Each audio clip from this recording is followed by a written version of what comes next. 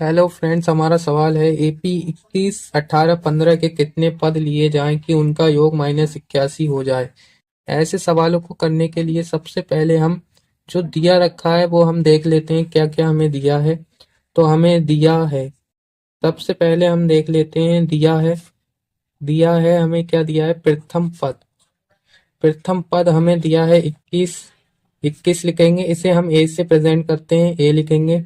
और जो हमारे सारवांतर है जो हमारा, वो दे रखा है कि 18 दूसरे वाले में से पहले वाले को घटाएंगे तो सारवांतर आएगा 18 माइनस 21 यानी कि -3। ये हमें डी का मान मिल गया है। ये सारवांतर को डी से प्रेजेंट करते हैं। तो इसके बाद हमें जो एस एन का मान दे रखा है वो दे रखा है उनका योग -81 है। एस एन का मान है -81। इतना लिखने के बाद अब हम इसमें फॉर्मूला ऐड करेंगे। फॉर्मूला क्या होता है, वो होता है एस एन बराबर n/2 2a plus n-1 into D. ये हमारा फॉर्मूला होता है, इसे ऐड करेंगे। तो एस एन का मान दे रखा है -81 और n/2, एन का मान हमें निकालना है 2, ए का मान दे रखा है 21 और प्लस एन का मान हमें निकालना है, डी का मान दे रखा है -3। दो को इधर ले जाएंगे हम, इसकी गुणा कर देंगे 81 गुणा 2। एन हमारा ऐसे ही रहेगा, 21 में से 2, 21 और 2 की गुणा करेंगे तो 42।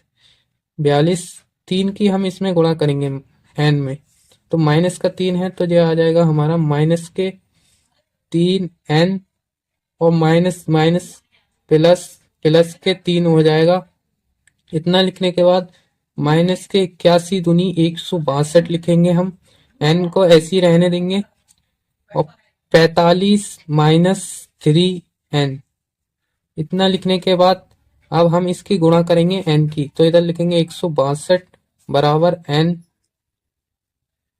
अंदर इसकी गुणा कर देंगे 45n और इसकी गुणा करेंगे तो ये आएगा -3n²।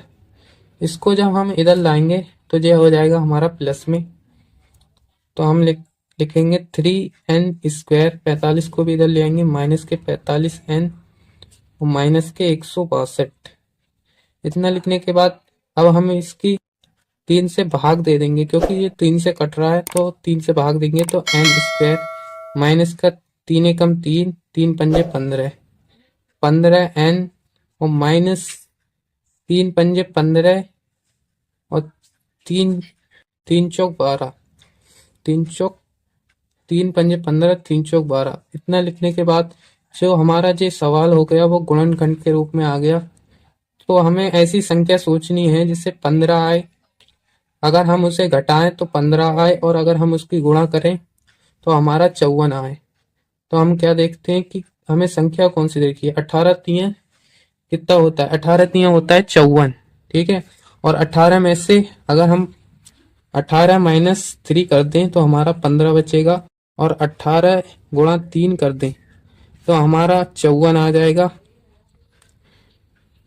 तो हमें जो दो संख्या दे रखी हैं वो है, हम इधर लिखेंगे n² minus 18 minus 3 n minus 54। इतना लिखने के बाद अब हम लिखेंगे n² माइनस के 18n माइनस के 3n और माइनस के 54।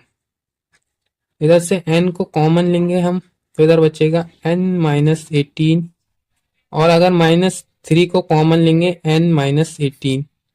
तो जो हमारा गुणनखंड आएंगे वो आएंगे n-3 और n-18।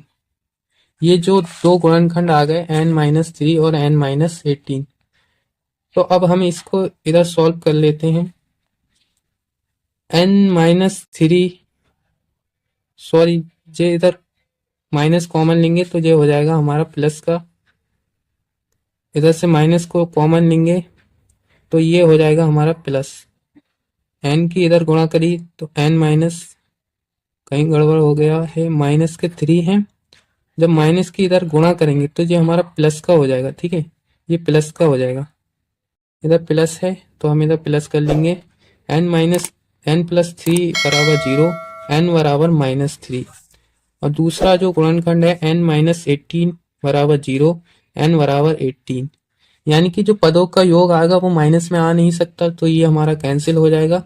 यही हमारा आंसर हो जाएगा। यानी कि जो हमारे एपी है उनका योग करेंगे हम,